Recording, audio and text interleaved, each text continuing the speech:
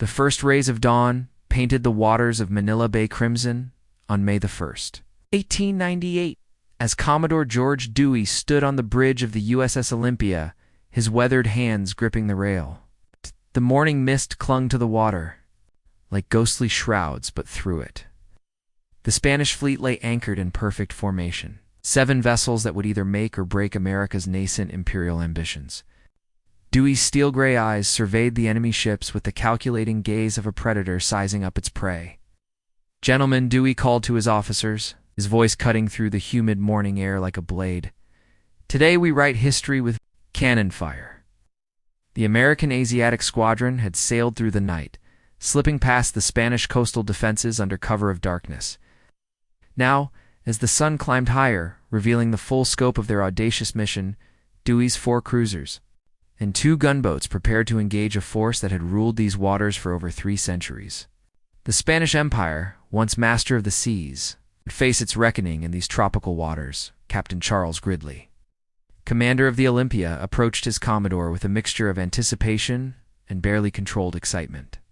The crew had been drilling for months, their gunnery practice honed to perfection under Dewey's exacting standards. Every man aboard knew that this moment would define not just their careers, but America's emergence as a global naval power. The Spanish Admiral Patricio Montoya y Pasaran had positioned his fleet in what he believed was an impregnable defensive formation. His flagship, the Reina Cristina, led a line of vessels that included the Castillas, Don Antonio de Ulloa, Don Juan de Austria, Isla de Luzon, Isla de Cuba, and the Marques del Douro.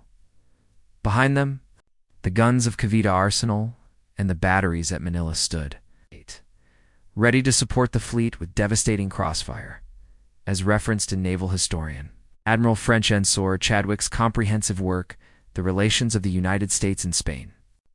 The Spanish-American War. The Spanish had every reason to feel confident in their defensive position, but Dewey had not sailed halfway round the world to be deterred by Spanish confidence. His squadron, though smaller in number, boasted superior firepower and newer technology. The USS Olympia, USS Baltimore, USS Raleigh, and USS Boston represented the cutting edge of American naval engineering, their steel hulls gleaming in the morning sun like instruments of destiny. The Commodore raised his telescope, studying the enemy formation one final time. He could see the Spanish sailors scrambling to their battle stations, their white uniforms stark against the dark hulls of their ships. Smoke began to rise from Spanish funnels as their engineers worked frantically to build steam pressure. Signal. The fleet Dewey commanded, his voice steady despite the magnitude of the moment. Battle formation, prepare for action. Across the American squadron, signal flags snapped in the warm breeze as ships moved into their assigned positions. The USS Baltimore, under Captain Nehemiah Mayo Dyer, took her place in the battle line, followed by the USS Raleigh, commanded by Captain Joseph Bullock Coghlan, and the USS Boston, under Captain Frank Wilds. The gunboats USS Concord and USS Petrel brought up the rear, their smaller guns ready to support the heavier vessels. The Spanish shore batteries opened fire first, their shells whistling overhead and splashing harmlessly into the bay. Dewey watched the waterspouts with professional interest, noting the range and trajectory. The enemy was nervous, firing too early and wasting precious ammunition. "You may fire when ready." Gridley. The words that would echo through naval history left Commodore Dewey's lips at precisely 5:39 in the morning. And with them, the Battle of Manila Bay erupted in thunderous fury. Captain Gridley's response was immediate. The USS Olympia's 8-inch guns roared to life, their shells screaming across the water toward the Spanish line with deadly precision. The sound was deafening, a continuous roll of thunder that seemed to shake the very foundations of the earth. Gun smoke billowed across the American fleet as each vessel in turn opened fire, their crews working with mechanical precision born of endless drill and unwavering discipline. The USS Baltimore's 6-inch batteries joined the chorus, followed by the distinctive crack of the USS Raleigh's rapid-fire guns. Admiral Montoya's Spanish fleet responded with desperate courage, their antiquated guns blazing defiance across the bay, The Reina Cristina, Montoya's flagship, led the Spanish counterattack with a bravery that bordered on the suicidal.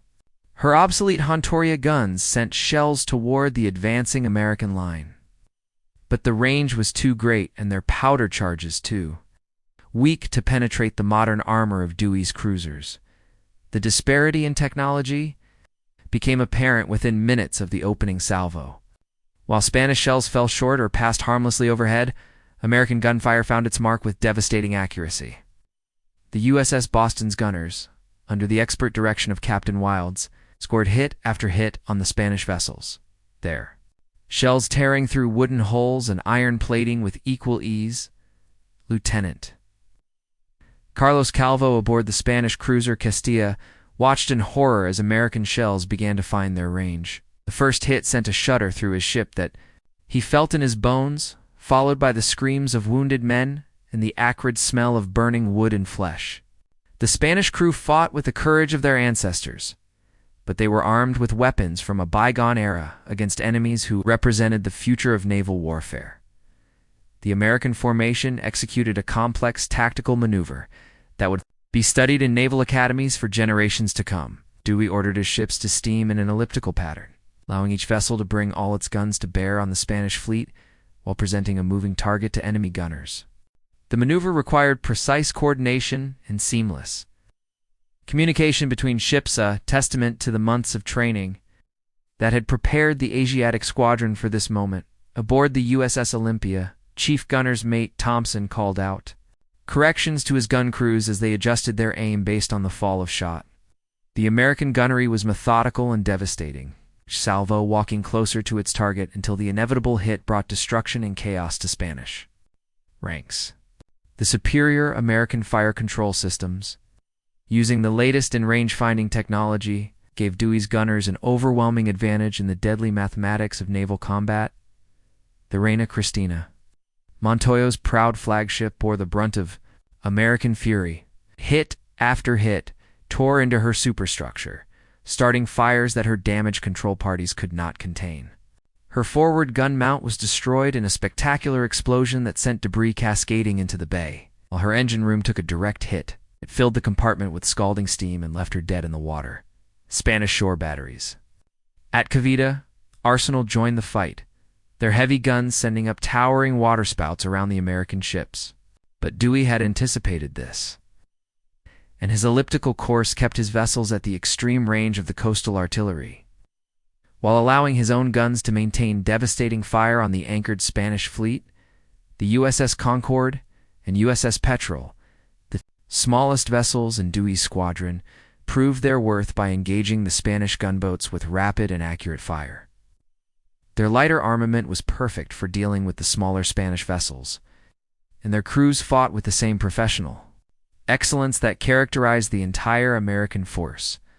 By 7 a.m, the Spanish fleet was in shambles. The Reina Cristina was a burning wreck. Castilla was settling by the bow with her gun deck awash, and the smaller Spanish vessels were either sunk, burning, or fleeing toward the shallow waters near shore.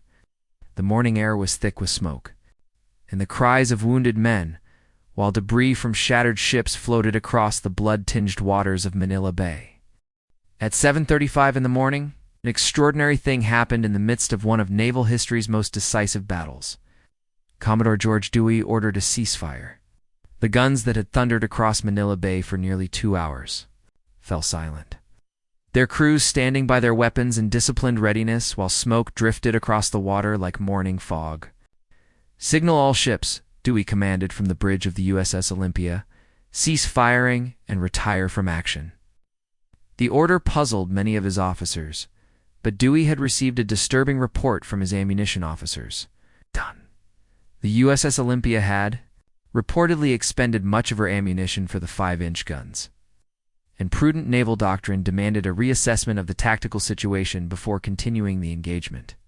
What appeared to be caution, however, proved to be one of the most psychologically devastating moves in naval warfare. Captain Gridley approached his commodore with unconcealed concern. "Sir, shall we withdraw to Subic Bay to resupply?" Dewey's weathered face showed no emotion as he studied the Spanish fleet through his telescope. "We shall breakfast first, Captain." A fighting man needs his strength, and our Spanish friends aren't going anywhere. The American squadron withdrew to the center of the bay, where the crews were piped to breakfast as if this were merely another day of peacetime cruising. The psychological effect on the Spanish forces was devastating. Here was an enemy so confident in their victory that they had paused their attack to eat breakfast, treating the destruction of Spain's Pacific Fleet as if it were nothing more than morning exercise aboard the battered Spanish vessels. Admiral Montoya surveyed the catastrophic damage to his fleet with growing despair. The Reina Cristina, his flagship, was a floating wreck with her superstructure shattered and her gun deck awash with blood and seawater. The Castilla had settled deeper into the water, her crew fighting desperately to keep her afloat.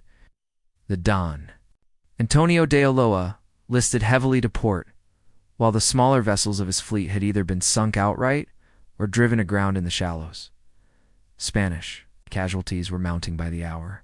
Surgeon Lieutenant José María Escribano aboard the Reina Cristina worked frantically to treat the wounded, but his makeshift sickbay was overwhelmed with men suffering from burns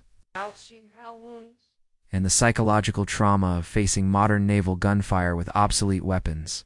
The Spanish had fought with magnificent courage, but courage alone could not overcome the technological superiority of the American fleet.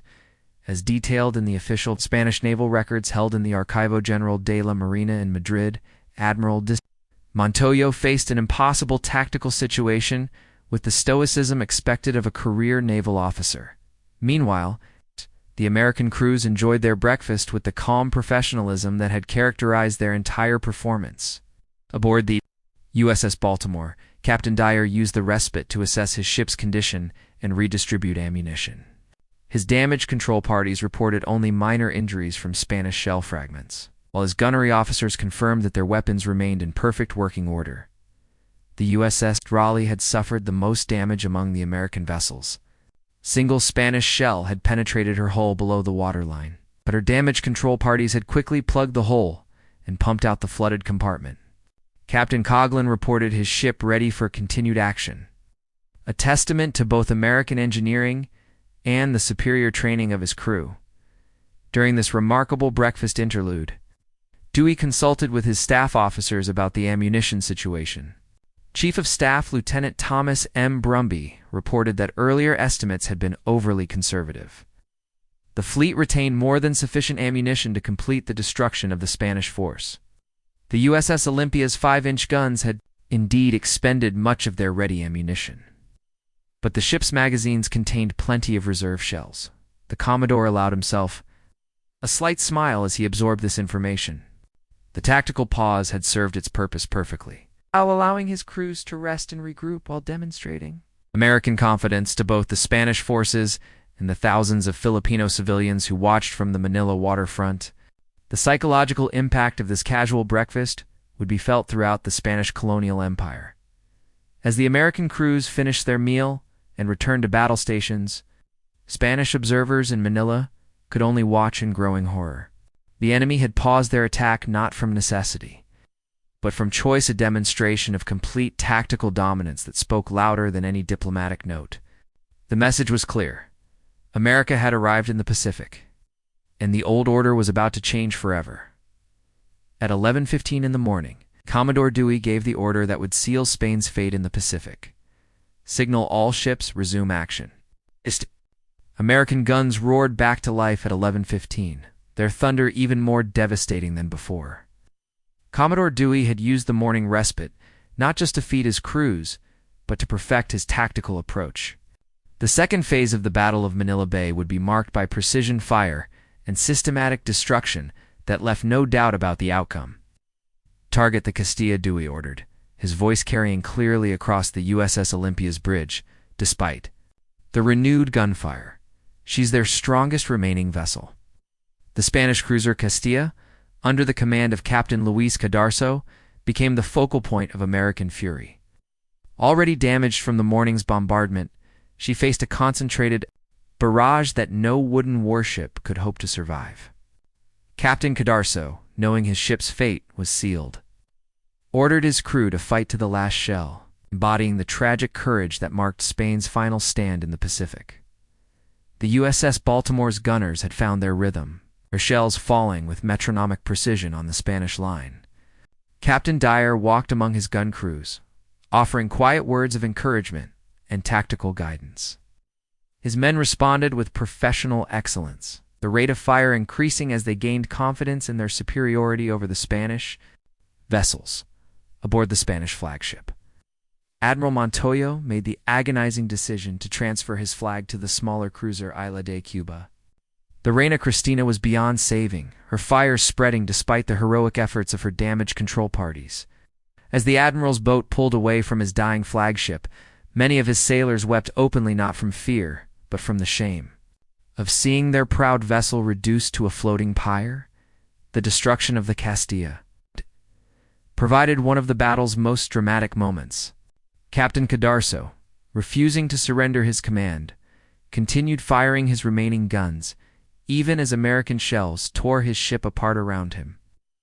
A direct hit from the USS Olympia's 8-inch guns penetrated the Spanish cruiser's magazine, and the resulting explosion sent a column of flame and debris hundreds of feet into the air.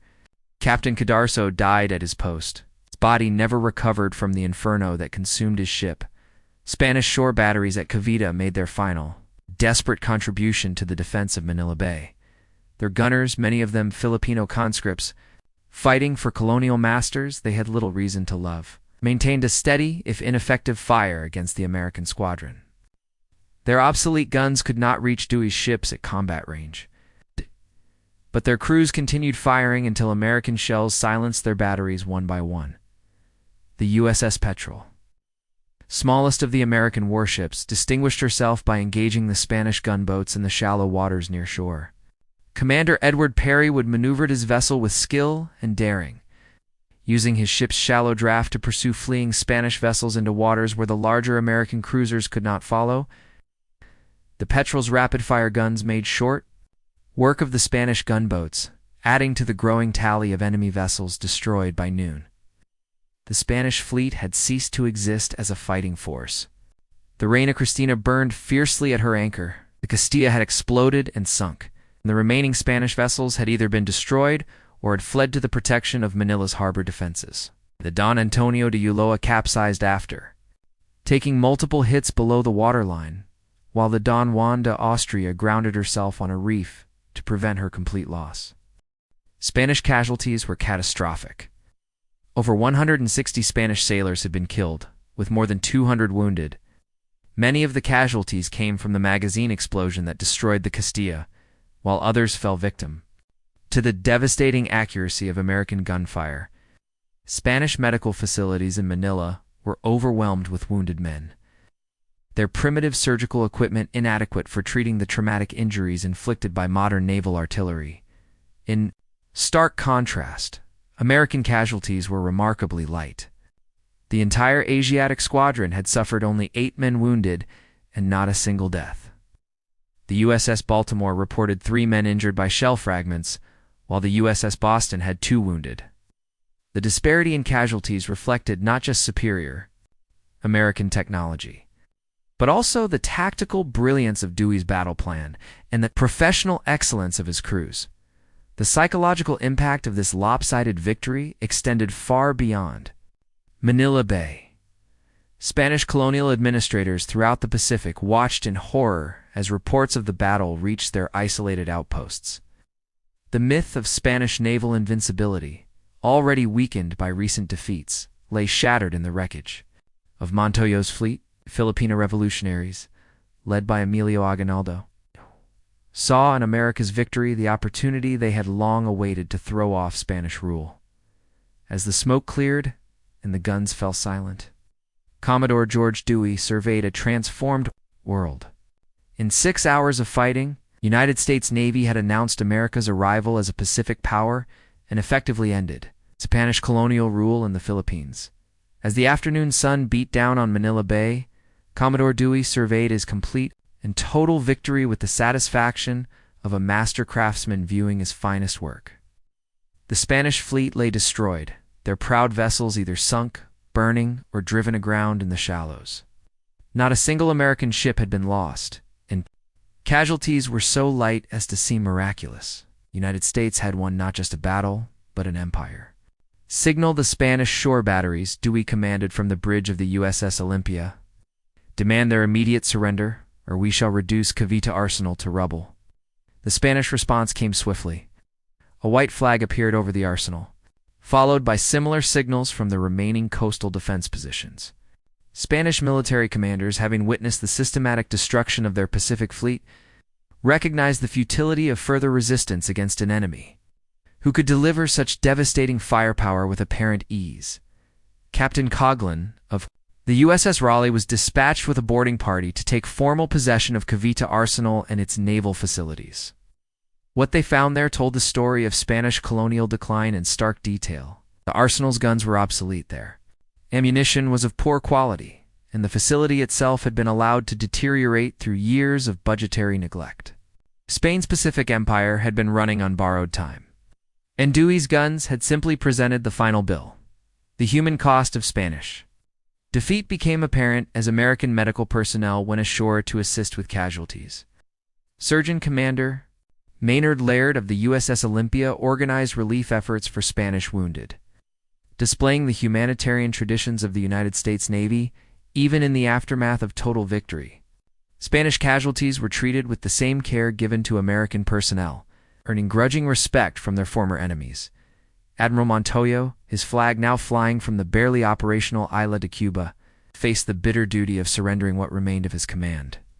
The aging Spanish naval officer had fought with courage and honor, but he commanded obsolete vessels manned by poorly trained crews and supported by a colonial administration more interested in profit than defense. His defeat was inevitable, but his dignity in the face of catastrophic loss earned him the respect of his American captors. As referenced in the comprehensive battle analysis published in Harper's Weekly following the engagement, the Battle of Manila Bay represented a watershed moment in naval warfare, demonstrating the decisive advantage of modern steel warships over traditional wooden vessels. The strategic implications of Dewey's victory became apparent within hours of the Spanish surrender. Filipino revolutionary forces, encouraged by the destruction of Spanish naval power, began organizing for a general uprising against colonial rule. Emilio Aguinaldo, leader of the Filipino independence movement, saw in American victory the opportunity to finally throw off the Spanish yoke that had oppressed his people for over 3 centuries. Spanish Governor General Basilio Agustin found himself in an impossible position. His naval forces had been annihilated, his coastal defenses were in American hands, and his authority over the Filipino population was evaporating by the hour. Messages from Madrid offered little comfort. Spain was fighting for her life on multiple fronts, with American forces threatening Cuba and Puerto Rico while Dewey controlled the approaches to Manila. The USS Boston was dispatched to intercept the Spanish mail steamer that regularly connected Manila with Hong Kong, cutting the last reliable communication link between the Spanish colony and the outside world. Captain Wildes executed this mission with professional efficiency, ensuring that Spanish authorities could neither call for reinforcement nor coordinate with other colonial administrators in the Pacific. Meanwhile, Dewey established his headquarters ashore at Cavite, transforming the former Spanish naval base into the command center for American operations in the Philippines. His staff officers worked around the clock to establish communications with Washington, organize supply lines, and coordinate with Filipino revolutionary forces who were eager to support American operations against their colonial oppressors. The Commodore faced a strategic challenge that extended far beyond naval warfare. His orders from Washington had been specific: destroy the Spanish fleet and neutralize Spanish naval power in the Pacific. But success in battle had created new responsibilities and opportunities that demanded immediate decision-making. Found himself effectively governing the Philippines, while awaiting instructions from a government thousands of miles away. American sailors and Marines went ashore in Manila to establish order and protect American interests. Their reception by the Filipino population was enthusiastic, with crowds cheering the men who had liberated them from Spanish rule. This popular support would prove crucial in the coming months as America grappled with the unexpected responsibilities of colonial administration, the international implications of Dewey's victory were equally significant. European powers with interests in the Pacific particularly. Germany and Britain watched American actions with a mixture of respect and concern. The United States had announced its arrival as a global power in the most dramatic fashion possible, and the old balance of power in the Pacific would never be the same. The morning of May the 2nd, 1898, dawned over a transformed Manila Bay, where Spanish warships had once anchored in proud formation. Only oil slicks and floating debris remained to mark their passing. The USS Olympia rode at anchor where the Reina Cristina had burned, her American flag snapping in the tropical breeze as a symbol of the new order that had emerged from the smoke and thunder of battle. Commodore George Dewey stood on his flagship's quarterdeck, reading the flood of congratulatory cables that had begun arriving from Washington. Secretary of the Navy John Davis Long's message was particularly gratifying. The President and the American people are proud of your magnificent victory. You have added a glorious page to American naval history. But Dewey understood that his real work was just beginning.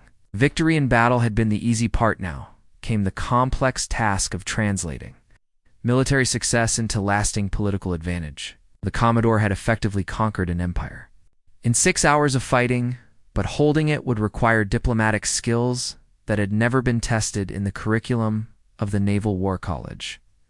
The arrival of Filipino revolutionary leaders at Cavite Arsenal marked the beginning of a complex relationship that would define American policy in the Pacific for decades to come. Emilio Aguinaldo, the charismatic leader of the Filipino independence movement, met with Dewey aboard the USS Olympia to discuss their mutual interest in ending Spanish colonial rule. Commodore Aguinaldo said through his interpreter, the Filipino, "People have waited 300 years for this moment. We're prepared to fight alongside American forces to drive the Spanish from our homeland." Dewey's response was diplomatically correct but deliberately non-committal. His orders from Washington made no mention of Filipino independence, and the Commodore was experienced enough in military politics to avoid making promises that his government might not wish to honor. The alliance of convenience between American naval forces and Filipino revolutionaries would prove to be one of the most complex aspects of the post-battle situation. Spanish authorities in Manila found themselves in an increasingly untenable position. Governor-General Augustin controlled only the area within range of the city's ancient walls, while American naval power commanded the bay and Filipino insurgents controlled much of the surrounding countryside. His requests for reinforcement from Madrid met with silence. Spain's resources were stretched to the breaking point fighting American forces in the Caribbean. The international community watched events in Manila Bay with fascination and growing concern. German Admiral Otto von Diedericks arrived with a squadron of warships ostensibly to protect German interests, but his real mission was to position Germany for territorial gains should American resolve waver. British naval observers reported every detail of American operations to London, where policymakers struggled to assess the implications of sudden American expansion into their traditional sphere of influence. Captain Coghlan of the USS Raleigh established the first American shore patrol in Manila, his Marines working to maintain order while Spanish civilian authorities gradually transferred responsibility to their conquerors. The transition was remarkably peaceful, testimony to both American professionalism and the war-weary resignation of Spanish colonial officials who recognized the futility of continued resistance. American newspaper correspondents having arrived on the first merchant vessels to enter Manila Bay after the battle sent dispatches that electrified readers back home. Their reports painted Dewey as a naval genius whose tactical brilliance had won an empire for America without the loss of a single life. The Commodore became an overnight celebrity, his photograph appearing in newspapers from New York to San Francisco. As documented in the official records of the Navy Department, preserved in the National Archives, Dewey's post-battle reports to Washington demonstrated his clear understanding of the strategic implications of his victory. The economic impact of American control over Manila Bay became apparent within days of the Spanish surrender. British and German merchant vessels, previously excluded from lucrative trade routes by Spanish restrictions, lined up to enter the harbor under American protection. The revenue from harbor dues and customs collection provided immediate funding for American administrative expenses while demonstrating the commercial value of the Filipino collaboration with American forces during the battle's aftermath proved crucial to maintaining stability. Local pilots guided American vessels through the complex channels of Manila Bay. Filipino merchants supplied the American squadron with fresh provisions and local knowledge. This cooperation created the foundation for the complex relationship that would define American-Filipino relations for the next half-century. Dewey's establishment of a civil government in areas under American control marked the beginning of what would become known as benevolent assimilation. American administrators, many of them naval officers with no experience in colonial governance, worked to provide basic services while respecting local customs and traditions. Their success varied widely, but their efforts represented America's first serious attempt at governing an overseas empire. The Commodore faced the delicate task of balancing competing interests while awaiting clear instructions from Washington. Filipino revolutionaries wanted immediate independence. Spanish officials hoped to minimize their losses, and American merchants saw vast opportunities for profit. Dewey navigated these competing pressures with the same steady professionalism that had characterized his naval operations. As the sun set on May 2nd, 1898, Commodore George Dewey could reflect on having achieved something that few military commanders in history had accomplished: a perfect victory. In less than 7 hours of actual combat, he had destroyed an enemy fleet, conquered a colonial empire, and fundamentally altered the balance of power in the Pacific Ocean. The Battle of Manila Bay would be remembered as the moment America announced its emergence as a global power. The strategic consequences of Dewey's victory extended far beyond the immediate military situation in the Philippines. News of the battle's outcome reached Washington via Trans-Pacific Cable, where President William McKinley and his advisors suddenly found themselves grappling with the unexpected responsibilities of empire. The United States had entered the war with Spain, seeking to liberate Cuba, but victory in Manila Bay had presented them with an entire archipelago to govern.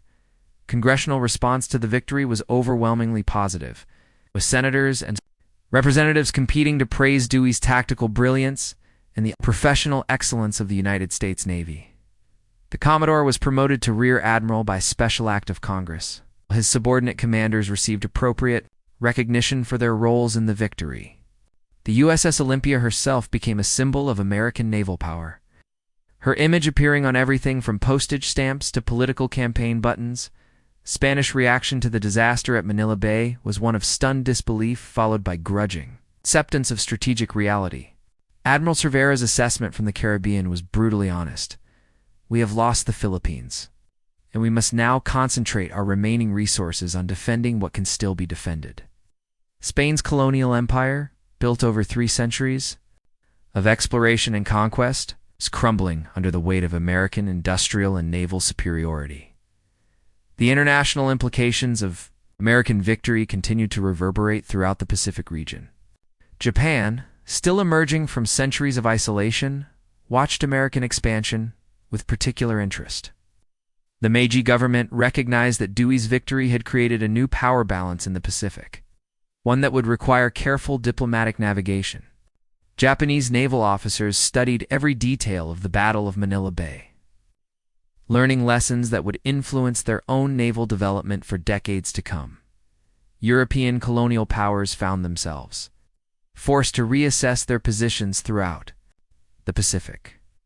Germany's attempt to gain territorial concessions in the Philippines was quietly abandoned when faced with American determination to retain control of their conquest. Britain, recognizing the futility of challenging American dominance in an area so far from British bases, chose instead to cultivate good relations with their former colony-turned Pacific rival. The human cost of Spanish defeat continued to mount. In the weeks following the battle, Spanish casualties, both military and civilian, numbered in the hundreds as disease and malnutrition took their toll on those displaced by the fighting. American medical personnel working alongside Spanish and Filipino doctors struggled to provide adequate care with limited resources. The humanitarian crisis that followed military victory provided sobering lessons about the responsibilities that accompany conquest. Filipino expectations of immediate independence were gradually disappointed as American policy evolved toward long-term colonial administration.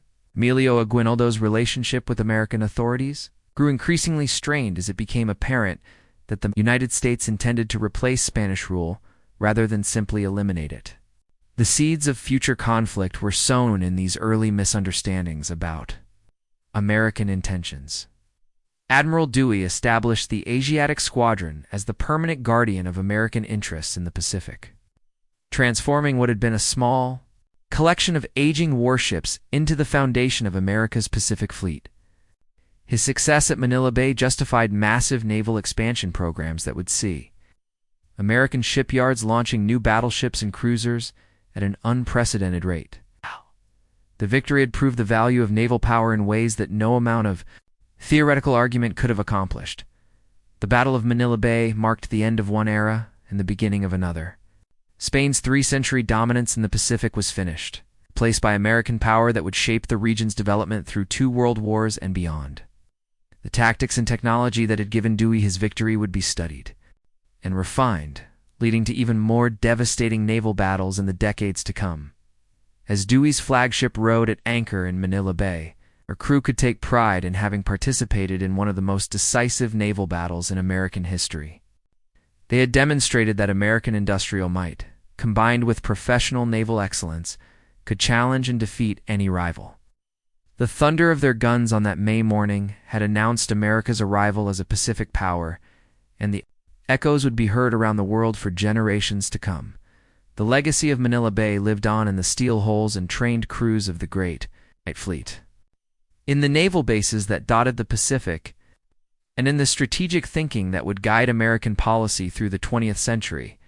Dewey's perfect victory had made America an empire, with all the opportunities and responsibilities that empire entailed.